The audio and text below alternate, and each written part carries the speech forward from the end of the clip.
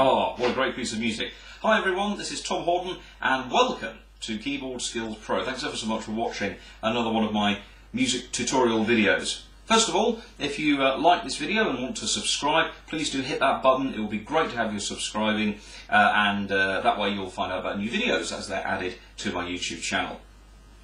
If you want to support these videos, please also become a patron of mine by visiting my Patreon page. Today, I'm going to show you how to play a really popular Sonatina. This is by a guy called Clementi. Now, this is a very popular piece for the study. For those of you living in the UK, it's about a sort of a grade 3 style piece, as long as it's been on the exam boards over the years, and what we're going to do today is literally show you a little lesson of how to actually play this. So first of all, this is the first of 3 parts to this particular sonatina. We've got number 1 here, which is a really spirited number. In fact, in the first line, you can see by the music on my copy, it says spiritoso, which literally means with spirit, with joy, with some je ne sais quoi, as the French might say. Let's first of all take a look at the music. Well, first of all, notice at the beginning it says C with a line through it. Now this means cut common time. 4/4, which would be also written as a C, means 4 crotchet beats to a bar. And that would be played like this. But if we were counting that, it would be 1, 2 and 3, 4, 1, 2 and 3, 4, 1, 2, and it goes up at a right old pace. So often music like this is written where the music is travelling quite fast, but we want the pulse to be going like this.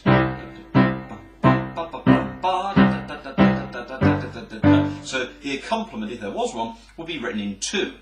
So the whole piece is written in 2/2 time. That means you need to count 2 minim beats every bar. 1, 2, 1 and 2. So that means that all the note values that you used to have been reassigned. So minims are 1 count in each bar, crotchets are half of a count, and quavers are your quarter notes. The music's written in C major, but it does change key throughout the music. So let's take a look first of all at the first part of the first movement of this first sonatina. Now, you can see here that we start by putting our 3rd finger on the C beneath middle C. Now, middle C is here with this little dot on it, and that dot's going to stay there all the way through this tuition video. Okay, so why do we start with number 3? Well, because in a minute we're going to go later on. If you look in bar 4, we go down to G and then up to G and up to above. So if we start with our little finger here, that would work, but it means we're then going to lift our whole hand. We're set up a little bit ready to go. So just relax your hand, keep that 3rd finger on C. 2 on the C above middle C, and first of all you may notice that the opening, that is basically a C major chord broken up. Here's a C chord in root position, here's a 1st inversion C chord, and this is a 2nd inversion C chord. So the melody is based around that. Now as we go down the top here, little scale, alternating fingers, and then down to G. A lot of classical music, or a style I should say, of writing in classical music, pieces by Clementi, Beethoven, Mozart, Haydn, they have this penchant for what we call tonic and dominant. So in C major the tonic note is number 1 and dominant is number 5. So you notice in classical music it often goes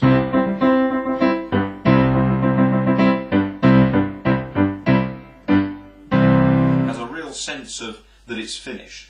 So that opening line, there's your C chord, up to the top G with the little finger, down the scale, but then we're going to finish with our thumb on this C note here. We're in bar 3, look, 3rd finger crosses over, and that look at that 3 and that 4 has created a lovely 5-finger position to finish off there.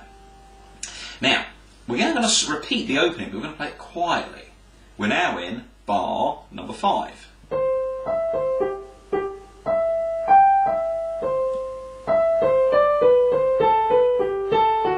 Ooh, that's a fun bit. This is what I call crab walking. It's like a crab, you sort of sidestep like a crab across the keyboard. So we're now on the second line, and you can see that when we actually go up to here, second line, we're then going to use our fourth and second fingers on those keys. So you notice as I come down, we have a staccato, lift up, 2 and 4 changes in place. Lift. Now there's different ways of fingering this. You could just walk down with your 2 and your 4, and then tuck your thumb at the end. Or you can do this. So what did I do there? 4, 2, 3, 1, 4, 2, 3, 1, 4, 2, and then at the end we want to tuck our thumb, look, underneath, back to there. Now that bar also has this going on in the left hand. Now this bit, often students take a little time just to get this bit right, because it is one of the slightly trickier parts of coordinating. Let's go from the beginning. So third finger, second and fourth, here we go. 1 and a 2, and 1 and a 2, and 1 and a crossing over. Now, up the octave on the left hand of the scale. Now you see there, look, on that fourth bar, it's almost like an echo, isn't it? Now, here's the quiet repeat, second line. Now, what you need to do here is point at this F sharp, look. We've gone up to C, da da da da bum ba ba ba ba, pointing at it. Here's the walk. Now the first, those two, the E and the C go with the F sharp, and then as you go to your next pair, it's basically going down in thirds. That's what it's doing. We're going to do this. Do do do do do do do do do. So what are we doing there? Well, we're walking up to G, C chord, D chord, and so look, it's finishing the end. So we're now changing key. We're actually modulating to G major. I did say that this would change key. So by the time we get to bar 1, 2, 3, 4, 5, 6, 6 and 7 and 8, we're now actually going to be changing to G major. Okay, so that's why we've got F sharps coming in. So let's have a little look at that then. Okay, here we go. There's a point at the F sharp here now. We are in bar 6. Now, fourth finger on the C. Thumb squeezes together. Open your hand up, down the octave, and then G. So it has a very clear sound of it's done. Let's have a look at that again. Now, the next bit is just a G scale. So you use your scale fingering. Now, what a lot of people do at this point, they do this. And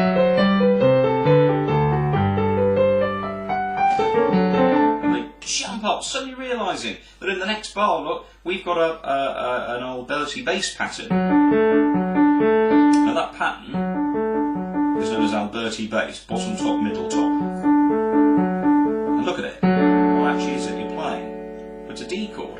How do we know that's a D chord? Well, we take the notes and we lay them in the order on the keyboard so they are evenly spaced. Play, miss, play, miss, play. That's how you work out a basic chord. So this is an inversion of a D chord. So what you have to do is when you do this run down, let's go back to the second line. This G is only half of a beat. 1 and 2 and. And look, my hand moves up. 1 and 2 and 1 da da da. You need to land like that. A good way of practicing it, the jump, is instead of playing the broken chord pattern, just hold the chord down. That's a good way, because if you practice landing on the chord shape like that, 1 and 2 and bum bum bum G. Okay, and then obviously you'll be able to break it up. And then the next bit, we got a G with a B. And again, it's just like it's a G scale, but we're starting on the B note. And then we've got this chord, A, D, and C. Okay, this is the third line. Okay, here's the B. Now, this next bar is, again, it's a lot. You're probably noticing in this piece there's a lot of chords and arpeggios. Well, here we've got a broken chord, so that's a G chord, D's, okay. Now there's the scale, look. Finishing on G. Now cross your third finger over to the F sharp. That meets the middle C. Now this bit, look at the rest. Look in these bars. Thumb next door. Change your finger onto there, and lift up. Finishing on G's. Okay, so that last phrase.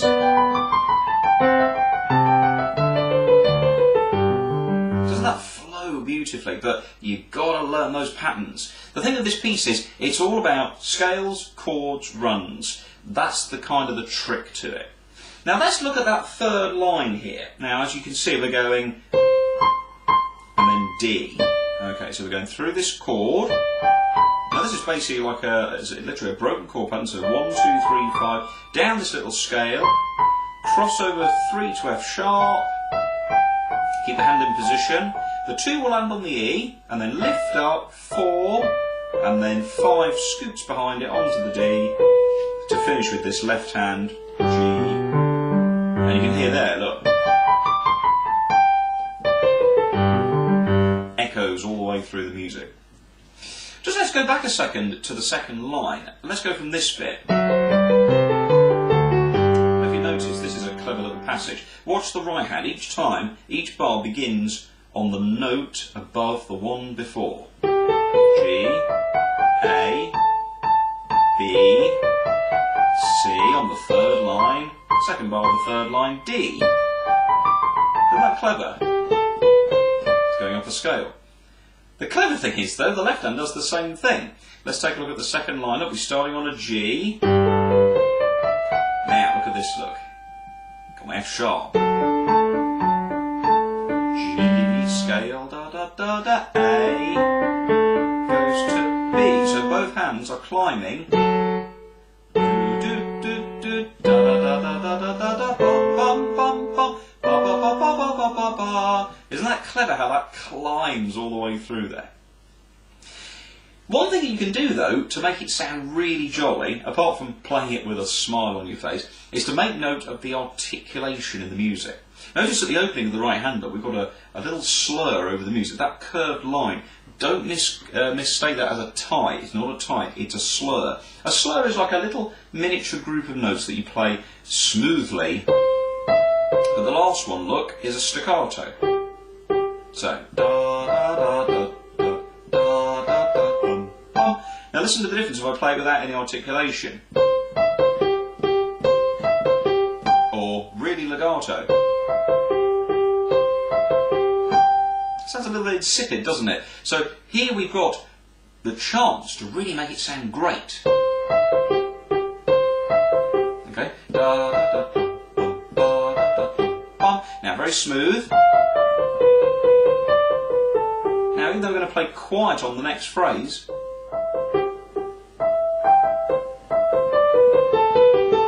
now, I quite like to do a crescendo through that passage, and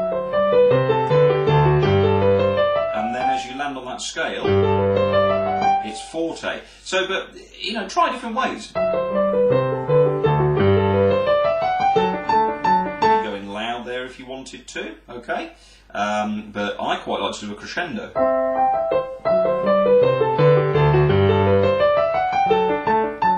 Now notice here, look, these octaves. Changing the finger at the top if you want. Nice staccato notes. Smooth. That makes a nice sound. The last phrase should be really smooth. The only change being that E there.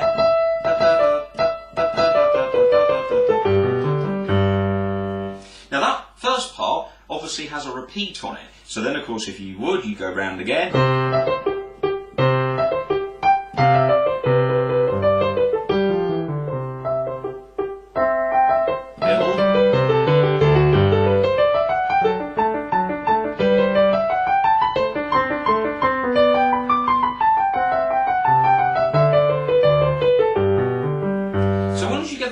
happens, as we said earlier, it will just flow really nicely. Now, the next bit, it then follows on. Notice how we finished with a 4-5-1 cadence. This is a sequence of chords. The last 3 bars, C chord.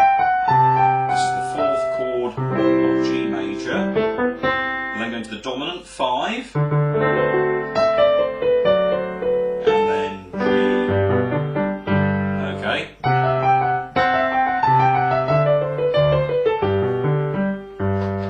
Okay, now, the next passage, we start to hear a little bit of a minor sound coming in. So here we've got a long F natural now, so we're going above the stave to F, 2 on the B. Now notice we just have this big ending, so we want to drop it down now. Notice now we've got an echo, a repeat of the opening phrase, the opening phrases. Okay, but again notice it's quiet, notice the articulation. So those staccatos on my thumb, look. Okay, B natural, an E flat coming in, crossover, staccato, staccato. Now, the next bit is octave work. And now here's a great tip on this one. There's only one note that changes between the 2 hands. Notice we've got a G on the bottom of the left hand, a G on the bottom of the right hand, and a G on the top of the right hand. This is actually what happens.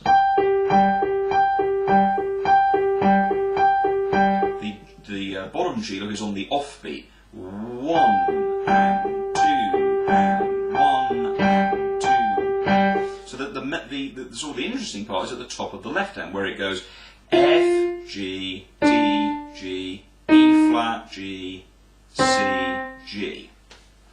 Now there's 2 ways I quite like to play this. You can either play everything legato like this.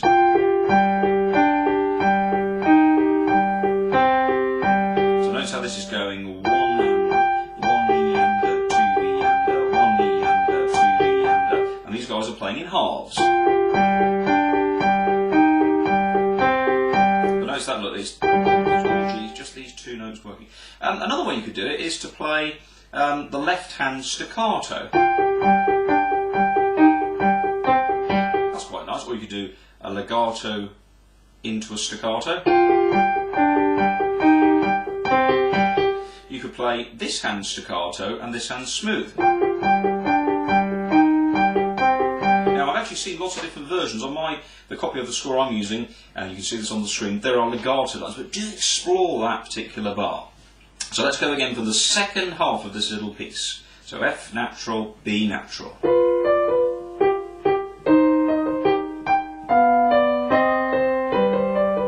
And loud. Next line.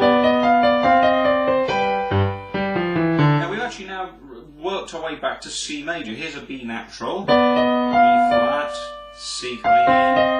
And then here's our G chord. Notice the B natural comes in, lift our hand up, get onto this G, now get your hand opened wide, here's a G chord, all the way down. Now at this point, your right hand, needs to move down to middle C. Now this is pretty much the opening, okay? It's the first part again, but an octave beneath. Change to the left hand on the next one. So this bit I'm pretty familiar with. Change to my thumb here, look. Down to bottom C. Now this time we're going up, look. Getting louder. Now here we've got, these are called staccato thirds. So you can go 1 and 3, 2 and 4. Up like that. 2 and 4 is quite good. You can change, you can go 1 and 3, 2 and 4, 1 and 3, 2 and 4. Now the next bit is basically the same as the first bit, but it's just written in C major, okay? So as we go and finish off this passage, C major.